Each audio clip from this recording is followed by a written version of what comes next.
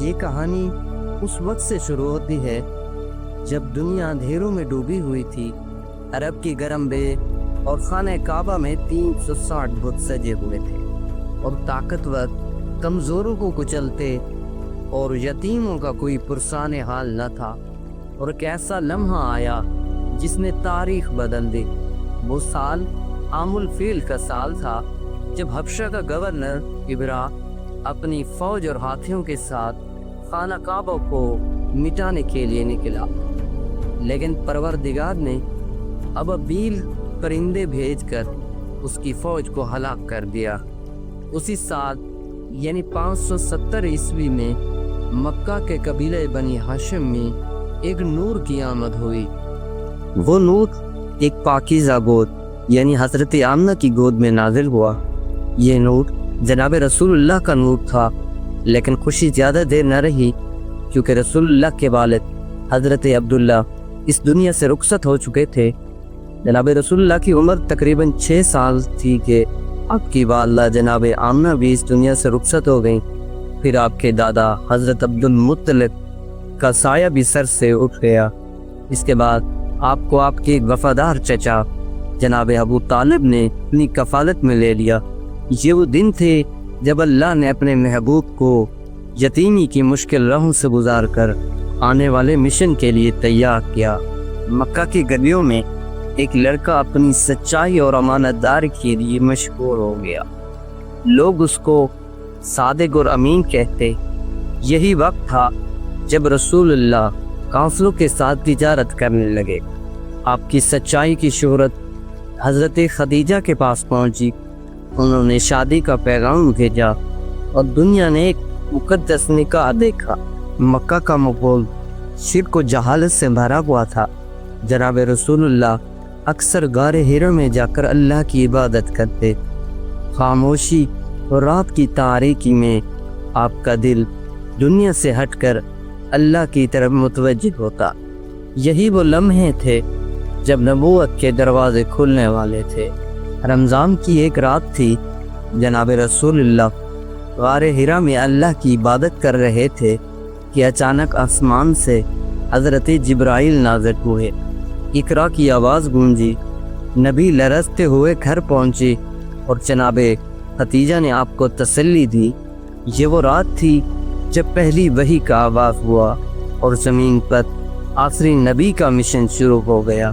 نبی نے خفیہ طور پر اسلام کی دعوت شروع کر دی اور پھر قریش کو کھلے عام پکارا، اے قریش، میں تمہارے لیے عذاب کی خبر لایا ہوں۔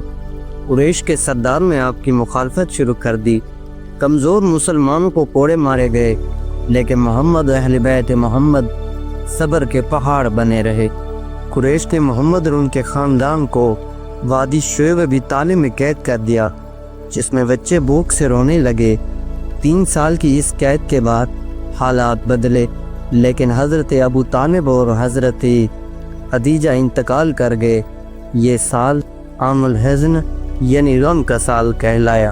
دکھ اور مصیبت کے دنوں میں اللہ نے اپنے محبوب کو تسلی دینے کے لیے معراج عطا کیا۔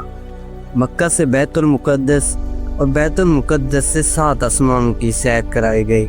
اللہ سے ملاقات ہوئی اور امت کے لیے نماز کا تحفہ ملا۔ 622 عیسوی میں مکہ کی زمین تنگ کر دی گئی۔ جناب رسول اللہ کو نعوذ باللہ قتل کرنے کی سازشیں ہونے لگی۔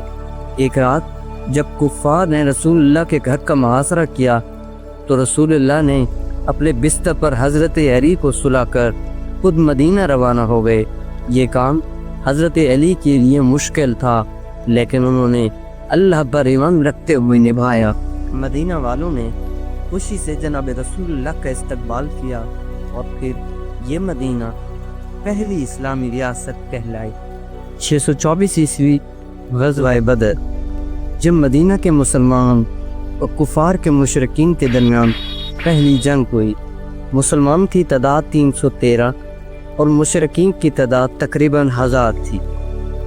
فرشتے مسلمانوں کی مدد کے لیے اترے اور اسلام میں پہلی بار فتح کا پرچم لہرایا۔ حضرت علی کی تلوار کے بعد دشمنوں کے لیے خوف کی علامت بن گئے۔ 625 عیسوی غزوہ احد، مکہ والوں نے پھر بدر کا بدلہ دینے کے لیے مدینہ پر لشکر کشی کی۔